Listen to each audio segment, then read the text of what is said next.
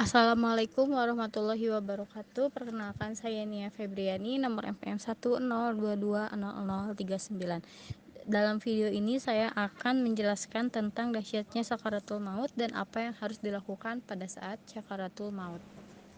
Perlu kita ketahui bahwa cara malaikat maut mencabut nyawa itu berbeda tergantung dari amal perbuatan orang yang bersangkutan. Bila orang yang akan meninggal dunia itu durhaka kepada Allah, maka malaikat Israel mencabut nyawa secara kasar. Sebaliknya, bila terhadap orang yang soleh, cara mencabutnya dengan lemah lembut dan dengan hati-hati. Namun demikian, peristiwa terpisahnya nyawa dengan raga tetap teramat menyakitkan, sebagaimana sabda Rasulullah SAW. Sakitnya sakaratul maut itu seperti 300 kali sakitnya tusukan pedang. Hadis riwayat Ibnu Abu Dunya. Di dalam kisah Nabi Idris alaihi salam, beliau adalah seorang ahli ibadah, kuat mengerjakan sholat sampai puluhan rakaat dalam sehari semalam dan selalu berzikir di dalam kesibukannya sehari-hari. Catatan amal Nabi Ibrahim alaihi salam yang sedemikian banyak setiap malam naik ke langit. Hal itulah yang sangat menarik perhatian malaikat maut Israel. Maka bermohonlah ia kepada Allah Subhanahu wa taala agar diperkenalkan mengunjungi Nabi Idris alaihi salam di dunia. Allah Subhanahu wa taala mengabulkan permohonan malaikat Israel. Maka turunlah ia ke dunia dengan menjelma sebagai seorang lelaki tampan dan bertamu ke rumah Nabi Idris. Assalamualaikum ya Nabi. Salam malaikat Israel. Waalaikumsalam warahmatullahi wabarakatuh, jawab Nabi Idris alaihi salam. Nabi Idris alaihi salam sama sekali tidak mengetahui bahwa lelaki yang bertamu ke rumahnya itu adalah malaikat Israel. Seperti tamu yang lain, Nabi Idris alaihi salam melayani malaikat Israel, dan ketika tiba saatnya berbuka puasa, Nabi Idris alaihi salam mengajaknya makan bersama. Namun ditolak oleh malaikat Israel. Selesai berbuka puasa seperti biasanya, Nabi Idris alaihi salam mengkhususkan waktunya menghadap Allah sampai keesokan harinya. Semua ini tidak lepas dari perhatian malaikat Israel. Juga ketika Nabi Idris terus-menerus berzikir dalam melakukan kesibukannya sehari-hari dan hanya berbicara yang baik-baik saja. Pada suatu hari yang cerah, Nabi Idris alaihi salam mengajak jalan-jalan tamunya itu ke sebuah perkebunan di mana pohon-pohon yang sedang berbuah ranum dan menggiurkan. Izinkanlah saya memetik buah-buahan ini untuk kita, pinta malaikat Israel menguji Nabi Idris alaihi salam. Subhanallah, maha suci Allah, kata Nabi Idris alaihi salam. Kenapa malaikat Israel pura-pura terkejut?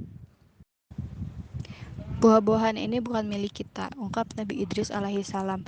Kemudian beliau berkata, semalam Anda menolak makanan yang halal, kini Anda mengizinkan makanan yang haram. Malaikat Israel tidak menjawab. Nabi Idris alaihi salam memperhatikan wajah tamunya yang tidak merasa bersalah. Diam-diam beliau penasaran tentang tamu yang belum dikenalnya itu. Siapakah gerangan? Pikir Nabi Idris alaihi salam. Siapakah engkau sebenarnya? Tanya Nabi Idris alaihi salam. Aku malaikat Israel, jawab malaikat Israel. Nabi Idris alaihi salam terkejut, hampir tak percaya. Seketika tubuhnya bergetar tak berdaya. Apakah kedatanganmu untuk mencabut nyawaku? Selidik Nabi Idris alaihi salam serius. Tidak, senyum malaikat Israel penuh hormat. Atas izin Allah, aku sekadar berziarah kepadamu, jawab malaikat Israel. Nabi Idris mangut-mangut beberapa lama, kemudian beliau hanya terdiam. Apa punya keinginanmu kepadamu? Tutur Nabi Idris alaihi salam. Apa itu? Katakanlah, jawab malaikat Israel. Kumohon engkau bersedia mencabut nyawaku sekarang, lalu mintalah kepada Allah Subhanahu wa taala untuk menghidupkanku kembali, agar bertambah rasa takutku kepadanya dan meningkatkan amal ibadahku. Pinta Nabi Idris alaihi salam tanpa seizin Allah. Aku tak dapat melakukannya, tolak malaikat Israel.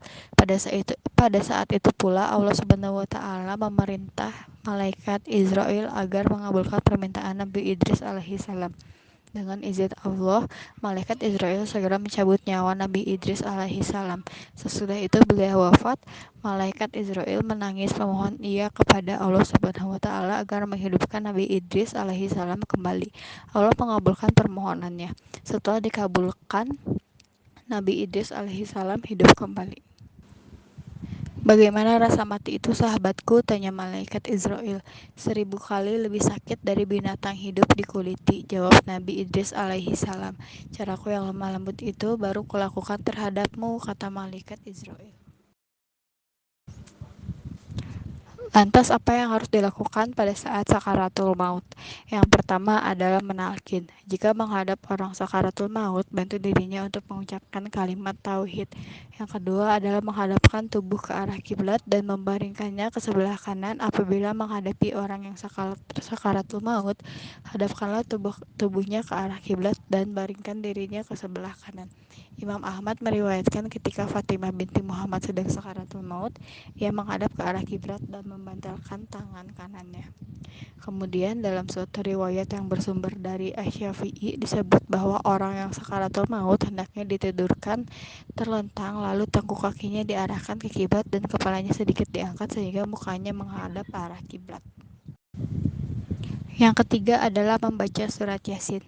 Bacakanlah surat Yasin jika menghadapi orang yang sakaratul maut. Yang keempat adalah memejamkan matanya apabila sudah meninggal dunia. Saat orang yang sakaratul maut atau sudah meninggal dunia, pejamkanlah matanya. Anjuran ini berdasarkan pada sebuah riwayat yang menjelaskan bahwa Rasulullah Shallallahu Alaihi Wasallam mendatangi Abu Salamah yang sudah meninggal dunia. Yang kelima adalah menutup seluruh tubuh mayat. Jika menghadapi orang yang sakaratul maut kemudian ia meninggal dunia, tutupilah seluruh tubuhnya agar auratnya tidak terlihat dan agar perubahan pada tubuhnya tidak tampak. Yang keenam adalah bersegeralah menyiapkan segala sesuatu ketika yakin telah meninggal. Apabila keluarga telah benar-benar yakin bahwa keluarganya yang sedang sakit telah meninggal dunia, hendaklah ia segera memandikan, mensolati, dan menguburkannya karena dikhawatirkan jasadnya akan mengalami perubahan.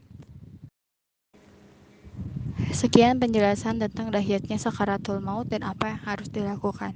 Terima kasih atas perhatiannya. Wassalamualaikum warahmatullahi wabarakatuh.